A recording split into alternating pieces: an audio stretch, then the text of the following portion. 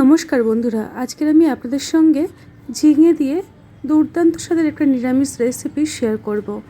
গরম গরম ভাত দিয়ে এই রকম একটা রেসিপি যদি থাকে, মাছ মাংস কিছুরই প্রয়োজন পড়ে না। ঝিঙে আপনারা অনেক রকমভাবে বানিয়েছেন, তবে আমার মতো করে একবার হলেও বানিয়ে দেখতে পারেন। আমি এখানে 500 গ্রাম ঝিঙে নিয়েছি। আর ঝিঙের এই যে দেখুন মোটা অংশগুলোকে একটা ছুরির সাহায্যে একটু আমি এগুলোকে চেঁচে নিলাম। ঝিঙে দেখবেন একেবারে খোসা ছাড়িয়ে ফেললে একদম নরম ল্যাদল্যাদে হয়ে যায়, সেটা খেতে অতটা ভালো লাগে না। সেই কারণে আমি একটু এই ঝিঙের খোসাটা কিছুটা রেখে আর কিছুটা বাদ দিয়ে রান্নাটা করব। এই দেখুন একটা পিলারের সাহায্যে আমি অল্প অল্প খোসা রেখে দেব আর অল্প অল্প করে কেটে বাদ দেব। খাই খাই অনুর রান্নাঘরে আজকের যদি আপনি নতুন হয়ে থাকেন, তাহলে রেসিপিটি দেখে শেষ পর্যন্ত যদি ভালো লাগে, তাহলে এই রকমই নানা রকম রেসিপি পাওয়ার জন্য চ্যানেলটিকে সাবস্ক্রাইব করে নিতে পারেন। ভালো লাগলে লাইক করতে একদম ভুলবেন না। আর রেসিপিটি আপনার কেমন লাগলো সেটা একটা মতামত জানিয়ে আমার পাশে থাকবেন।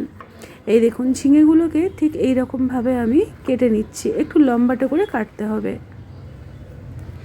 রেসিপিটি একদম সহজ এবং সরলভাবে বানিয়ে দেখাবো, আপনারা একবার দেখলেই তৈরি করে নিতে পারবেন। আশা করছি আজকের এই রেসিপিটি আপনাদের ভীষণ পছন্দ হবে। এবারে দেখুন এই ঝিঙেগুলোকে ঠিক এই রকমভাবে কেটে সমস্তটা আমি রেডি করে নেব। দেখুন সব ঝিঙেগুলোকে একই রকমভাবে কেটে ধুয়ে রেডি করে নিলাম। এবারে এই ঝিঙের সাথে আমি ব্যবহার করব ছোলার ডাল। আমি এখানে ছোলার ডাল 1 কাপের মতন আধ ঘন্টা থেকে 1 ঘন্টার মতো ভিজিয়ে রেখেছিলাম। এই দেখুন এবারে এই ডালটাকে সম্পূর্ণ ভালো করে বেটে নেব। চেষ্টা করবেন জল ছাড়া বেটে নেওয়ার। আমি এখানে খুব সামান্য পরিমাণে একটু জল দিয়েছিলাম, যেহেতু আমি এখানে মিক্সিং জারটা ব্যবহার করেছি মিক্সারে, সেই কারণে অল্প একটু জল ব্যবহার করেছি। এবার এই দেখুন ছোলার ডালের এই অল্প একটু ডাল আমি তুলে রেখে দিলাম, এটা পরে কাজে লাগাবো। এদিকে এই ছোলার ডাল যে বেটে নিলাম ওর মধ্যে দিয়ে দিলাম স্বাদ মতো লবণ, অল্প একটু লাল লঙ্কার গুঁড়ো, অল্প একটু হলুদের গুঁড়ো আর কালো জিরে দিয়ে এটাকে পরিষ্কার হাতে প্রথমে মেখে নেব। খুব একটা বেশি ফাটাতে যাবেন না, তাহলে দেখবেন একদম হালকা হয়ে যাবে। আর যখনই আপনারা এই বড়াগুলো ঝোলের মধ্যে দেবেন, ঝোলটা টেনে নিয়ে একদম নরম হয়ে যায়। রেসিপিটি তৈরি করার জন্য কড়াইতে আমি দিয়ে দিলাম প্রয়োজন মতো সরষের তেল। আজকে রান্নাটা সম্পূর্ণভাবে সরষের তেলে বানিয়ে নেব। আপনারা চাইলে যে কোনো ধরনের রিফাইন তেল বা রান্নার তেল ব্যবহার করতে পারেন। তেলটাকে খুব হাই হিটে গরম করে নিয়ে তার মধ্যে একে একে বড়াগুলোকে মিডিয়াম আঁচে রেখে ভেজে নিতে হবে। মোটামুটি চেষ্টা করবেন একটু কম আঁচে রেখে ভাজতে, তাহলে দেখবেন বড়াগুলো ভিতর থেকেও সুসেদ্ধ হবে আর ভীষণ মুচমুচে হবে। আমি এখানে বড়াগুলোকে একটা পিঠ ভাজা হয়ে গেছে, উল্টে দিচ্ছি, দিয়ে আরও একটা পিঠ ভেজে নেব।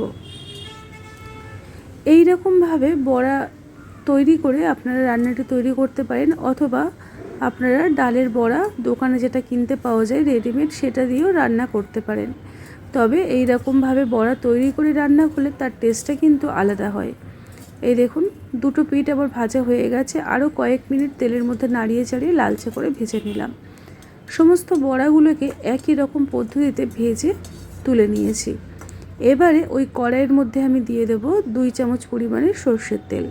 তেলটাকে প্রথমে ভালো করে গরম করে নেব, না হলে কিন্তু তেলের কাঁচা গন্ধ থাকবে, ভালো লাগবে না খেতে। ফোড়নে অল্প একটু কালো জিরে দিয়ে দিলাম।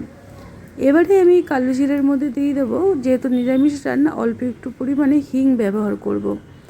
দেখুন পরিমাণটা দেখে আপনারা নিশ্চয়ই বুঝতে পারছেন, একদম সামান্য পরিমাণে দিয়ে দিতে হবে। হিংটাকে দিয়ে একটু ভাজা ভাজা করে আমি এর মধ্যে দিয়ে দেব আলু। এখানে বন্ধুরা ঝিঙের সাথে আমি আলু ব্যবহার করছি, আপনারা চাইলে শুধু ঝিঙে দিয়েও রান্নাটা করতে পারেন। আলুটাকে নরম করে ভেজে নেব, তারপরেই এখানে ঝিঙে অ্যাড করতে হবে। অল্প একটু দিয়ে দিলাম স্বাদ মতো লবণ, দিয়ে আলুটাকে আরেকটু ভালোভাবে নাড়িয়ে চাড়িয়ে নেব। আর চেষ্টা করবেন আলুগুলোকে একটু ছোট করে পাতলা করে কাটতে, তাহলে দেখবেন খুব তাড়াতাড়ি নরম হয়ে যাবে। আলুটাকে আমি কিছুক্ষণ ঢাকনা দিয়ে রাখবো। এদিকে যতটুকু ডাল আমি অল্প করে তুলে রেখেছিলাম মিক্সিং জার, তার মধ্যে আমি দিয়ে দিচ্ছি অল্প একটু আদা, আর দিয়ে দেব 2টো টমেটো, আর দিয়ে দেব 2টো কাঁচা লঙ্কা। এটাকে মিহি করে বেটে একটা পাত্রের মধ্যে নামিয়ে নিলাম। এবারে চলুন দেখে নিই আলুটা কী অবস্থা। মোটামুটি 2 থেকে 3 মিনিট কম আঁচে ঢাকনা দিয়ে রাখার জন্য আলুটাও আগের তুলনায় একটু নরম হয়ে যাবে। এই দেখুন ভালোই নরম হয়েছে। এবারে এটাকে ভালো করে নাড়িয়ে ছাড়িয়ে এর মধ্যে দিয়ে দিতে হবে আগের থেকে কেটে রেডি করে রাখা ঝিঙে। ঝিঙেটাকেও তেলের মধ্যে 1 থেকে 2 মিনিট আলুর মধ্যে দিয়ে ভেজে নেব। এই গরমের সময় হালকা পাতলা কিছু খেতে দেখবেন আমাদের মন চায়। আর সব সময় একঘেয়েমি রান্না না করে একটু অন্যরকমভাবে রান্না করে দেখতে পারেন। দিয়ে দিলাম প্রয়োজন মতো লবণ, দিয়ে আবারও ভালো করে সব কিছুকে নাড়িয়ে চাড়িয়ে নেব।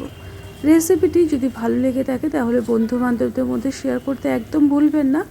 এবারে আমি কিছুক্ষণ এটাকে ঢাকনা দিয়ে রাখবো যাতে করে সবজির কাঁচা গন্ধটা কেটে যায়। আমি এখানে মোটামুটি 2 থেকে 3 মিনিট কম আঁচে ঢাকনা দিয়ে রেখেছিলাম। তারপর ঢাকনাটাকে খুলে আবারও খুব ভালো করে নাড়িয়ে চাড়িয়ে দেব। এবারে আগের থেকে যে পেস্ট করে রেখেছিলাম ওই পেস্টটা দিয়ে দিলাম। টমেটো, কাঁচা লঙ্কা, আদা আর অল্প একটু ডাল বাটা সমস্তটাই দিয়ে ভালো করে ঝিঙে আর আলুর সাথে কষিয়ে নেব যাতে করে কাঁচা গন্ধটা কেটে যায়। এইভাবে কিছুক্ষণ নাড়িয়ে চাড়িয়ে এবারে আমি এখানে দিয়ে দেব অল্প একটু গুঁড়ো হলুদ। নিরামিষ রান্না, এখানে কিন্তু খুব একটা বেশি মশলা ব্যবহার করা চলবে না। অল্প একটু হলুদ গুঁড়ো দিয়ে দিলাম, অল্প একটু লাল লঙ্কার গুঁড়ো দিয়ে সমস্ত কিছুকে ভালো করে কষাতে থাকবো যতক্ষণ না এই সবজির থেকে তেলটা ছেড়ে যাচ্ছে। এইভাবে ভালো করে একটু সময় নিয়ে কষিয়ে নেব। আর এই ডাল বাটাটা দিলে রান্নাটা দেখবেন একদম মাখা মাখা তৈরি হবে। সব কিছুকে ভালো করে নাড়িয়ে চাড়িয়ে ঢাকনা দিয়ে রেখে দিলাম। মোটামুটি 2 থেকে 3 মিনিট কম আঁচে ঢাকনা দিয়ে রেখে দিয়েছিলাম। তারপরে ঢাকনাটাকে খুলে আপনাদেরকে আমি দেখাচ্ছি, দেখুন কত সুন্দরভাবে সবজিটা ভালোভাবে নরম হয়েছে। যেহেতু লবণ দিয়েছিলাম তাই সবজির থেকে জল ছেড়ে দিয়েছে। আর কষানোটা ঠিক এই রকম করে কষিয়ে নিতে হবে। এবারে আমি দিয়ে দেবো এখানে প্রয়োজন মতো জল। আমি এখানে উষ্ণ গরম জল ব্যবহার করছি, তাতে করে খুব তাড়াতাড়ি সবজিটা ফুটতে আরম্ভ করে দেবে আর টেস্টটাও একই রকমই থাকবে। এবারে সব কিছুকে খুব ভালো করে নাড়িয়ে চাড়িয়ে নিলাম। এখন আমি এখানে দিয়ে দেবো আরও একটু জল। জলের পরিমাণটা মনে হচ্ছে কম হবে তাই একটু দিয়ে দিলাম। আর দিয়ে দেবো স্বাদ মতো লবণ, দিয়ে কিছুক্ষণ ঢাকনা দিয়ে ফুটতে দেব। মোটামুটি 2 থেকে 3 মিনিট কম আঁচে ফুটিয়ে নিয়েছিলাম। তারপর ঢাকনাটাকে খুলে আবারও ভালো করে সমস্ত কিছু নাড়িয়ে চাড়িয়ে দেব। আলুটা আগের থেকে অনেকটাই সিদ্ধ হয়েছে দেখুন, আর ঝিঙেটাও কিন্তু নরম হয়ে যাবে। ঠিক এই পর্যায়ে দিয়ে দিতে হবে আগের থেকে ভেজে রাখা ডালের বড়ি। ডালের বড়িটাকে রান্নার মধ্যে দেওয়ার আর কিছুক্ষণ মোটামুটি 2 থেকে 3 মিনিট ফুটিয়ে নেব, তাতে করেই আমাদের রান্না একদম কমপ্লিট হয়ে যাবে। আর এই ডালের বড়াটা খুব একটা কিন্তু নরম হবে না, একটু শক্ত শক্ত থাকবে, দেখবেন ভালো লাগবে। এখানে আমি দিয়ে দিলাম অল্প একটু চিনি। নিরামিষ রেসিপি তাই আমি এখানে অল্প একটু চিনি ব্যবহার করলাম। চিনিটাকে দিয়ে আবারও খুব ভালো করে সব কিছুর সাথে মিশিয়ে নিয়ে এখন আমি এটাকে ঢাকনা দিয়ে কিছুক্ষণ রেখে দেব। তারপরে যখনই ফুটতে আরম্ভ করে দেবে তারপরে আমি এটাকে ঢাকনা দিয়ে দেব। মোটামুটি 2 থেকে 3 মিনিট একদম লো আছে। এতে করে সবজিটা দেখবেন খুব সুন্দরভাবে নরম হয়ে যাবে আর বড়াগুলোও কিন্তু গোটা গোটা থাকবে। তারপর ঢাকনাটাকে খুলে আবারও ভালো করে সব কিছুর সাথে নাড়িয়ে চাড়িয়ে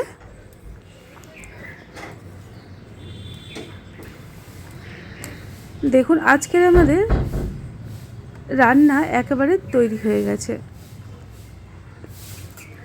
এবারে গ্যাসের ফ্লেমটাকে অফ করে দেব।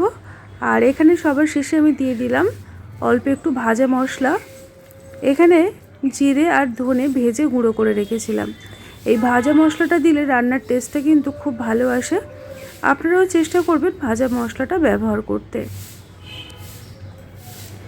আজকে রান্না আমার একেবারেই তৈরি হয়ে গেছে। এবারে একটা পাত্রের মধ্যে গরম গরম সার্ভ করে নিচ্ছি। তো বন্ধুরা, আজকের আপনাদের এই হালকা পাতলা ঝিঙে আলু বড়ি দিয়ে রেসিপিটি কেমন লাগলো? যদি বিন্দুমাত্র ভালো লাগে তাহলে এইভাবে ট্রাই করে দেখবেন, মুখের স্বাদ পাল্টাবে, ভালো লাগবে। আজকের মতো এই পর্যন্ত। তার মধ্যে সবাই ভালো থাকবেন, সুস্থ থাকবেন।